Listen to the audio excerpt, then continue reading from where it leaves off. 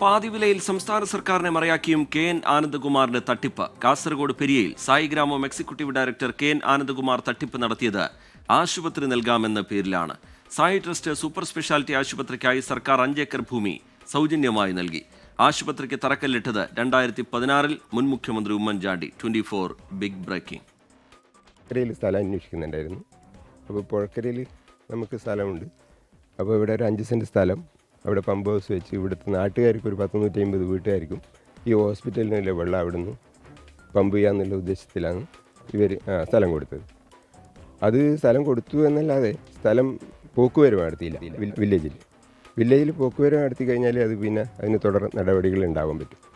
അപ്പോൾ അത് തട്ടിപ്പാന്ന് വെച്ചാൽ അങ്ങനെ തട്ടിപ്പല്ല. ഇതിനകത്ത് ഇനി മുന്നോട്ട് കൊണ്ടുപോകാൻ പറ്റാത്തൊരു സ്ഥിതി ഉണ്ടാവും എന്നുള്ളൊരു തോന്നൽ ഉണ്ടായി. എന്താ വെച്ചാൽ ഇവരുടെ ഒരു പെരുമാറ്റവും രീതിയും ഇതൊക്കെ കാണുമ്പോൾ ഇത് മുന്നോട്ട് പോകാത്തൊരു സ്ഥിതിയിലാണ് ഉള്ളത് എന്നുള്ള മനസ്സിലായതുകൊണ്ട് അത് പോക്കുവരവ് നടത്താതെ ഇപ്പോൾ അത് സ്ഥലം നഷ്ടപ്പെട്ടിട്ടൊന്നുമില്ല. സ്ഥലം എൻ്റെ കയ്യിൽ തന്നെയുണ്ട്. ഞാൻ ആശുപത്രി വരും എന്ന് പറഞ്ഞിട്ട് സന്തോഷമായിരുന്നു കാഞ്ഞിരക്കൽ ഈ നാട്ടുകാരുടെ. അങ്ങനെ വന്നപ്പോഴേക്ക് ഉമ്മൻചാണ്ടി സർക്കാർ വന്നപ്പോഴേക്ക് അവരുടെ പേരിലാണ് ഞാൻ ഇവിടെ ഒരു മീറ്റിംഗ് കൂടുകയും അവിടുന്ന് ഒരു 1 ലക്ഷം രൂപ ഞാൻ കൊടുക്കാമെന്ന് പറഞ്ഞു. അത് 25,000 രൂപ ഞാൻ ക്യാഷ് ചെക്ക് കൊടുക്കുകയും ചെയ്തു ആ ഉദ്ഘാടനത്തിൽ നിന്ന്. എൻ്റെ കയ്യിൽ ഈ റെസീറ്റ് ഒന്നും ഇവർ തന്നില്ല. പക്ഷേ എൻ്റെ ഇങ്ങനെ ഫോട്ടോ ഒക്കെ എടുത്തായിരുന്നു. ക്യാഷ് കൊടുക്കുന്നതായിട്ട് ചെക്ക് കൊടുക്കുന്നതായിട്ട് ഫോട്ടോ എല്ലാം എടുത്തിട്ടുണ്ടായിരുന്നു.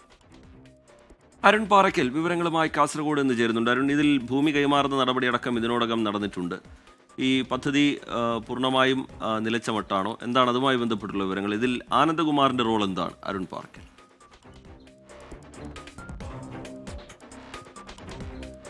റീജിത്തെ, ഈ പദ്ധതി പൂർണ്ണമായും നിലച്ച മട്ടാണ്. അതുമാത്രമല്ല, ആദ്യത്തെ ഒരു 6 മാസ കാലയളവിൽ ഇതിൻ്റെ ഒരു തൂണൊക്കെ, അതായത് ഈ കെട്ടിടത്തിന് വേണ്ട തൂണൊക്കെ നിർമ്മിച്ചിരുന്നു. പിന്നീട് അതൊക്കെ പൊളിച്ചു കൊണ്ടുപോകുന്ന കരാർ കമ്പനി അതടക്കം അടിയോടെ പൊളിച്ചു കൊണ്ടുപോകുന്ന ഒരു സാഹചര്യമാണ്. ഇപ്പോൾ അവിടെ കുറേ കുഴികൾ മാത്രമാണ് ആ ഒരു സ്ഥലത്തുള്ളത്.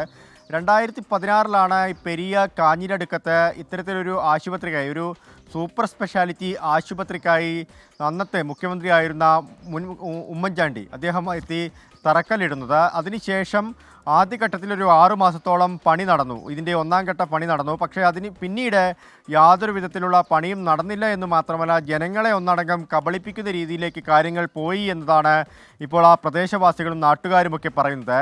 ഇത് ഈ കാസർഗോഡ് ജില്ലയെ സംബന്ധിച്ച ഒരു സൂപ്പർ മൾട്ടി സ്പെഷ്യാലിറ്റി ആശുപത്രിയോ അല്ലെങ്കിൽ ഒരു മെഡിക്കൽ കോളേജോ ഇല്ലാത്തൊരു ജില്ലയാണ്. ആരോഗ്യരംഗത്ത് എന്നും പുറകോട്ട് നിൽക്കുന്ന ഒരു ജില്ലയാണ്. ആ ഒരു ജില്ലയിൽ സൗജന്യ ചികിത്സ നൽകാമെന്ന് പറഞ്ഞാണ് KN ആനന്ദകുമാർ എത്തുന്നത്. അത് പ്രത്യേകമായും എൻഡോസൾഫാൻ ഇരകളെയും അമ്മമാർക്കും കുഞ്ഞുങ്ങൾക്കുമൊക്കെ സൗജന്യ ചികിത്സ നൽകാമെന്നായിരുന്നു ആ ഘട്ടത്തിൽ പറഞ്ഞിരുന്നത്.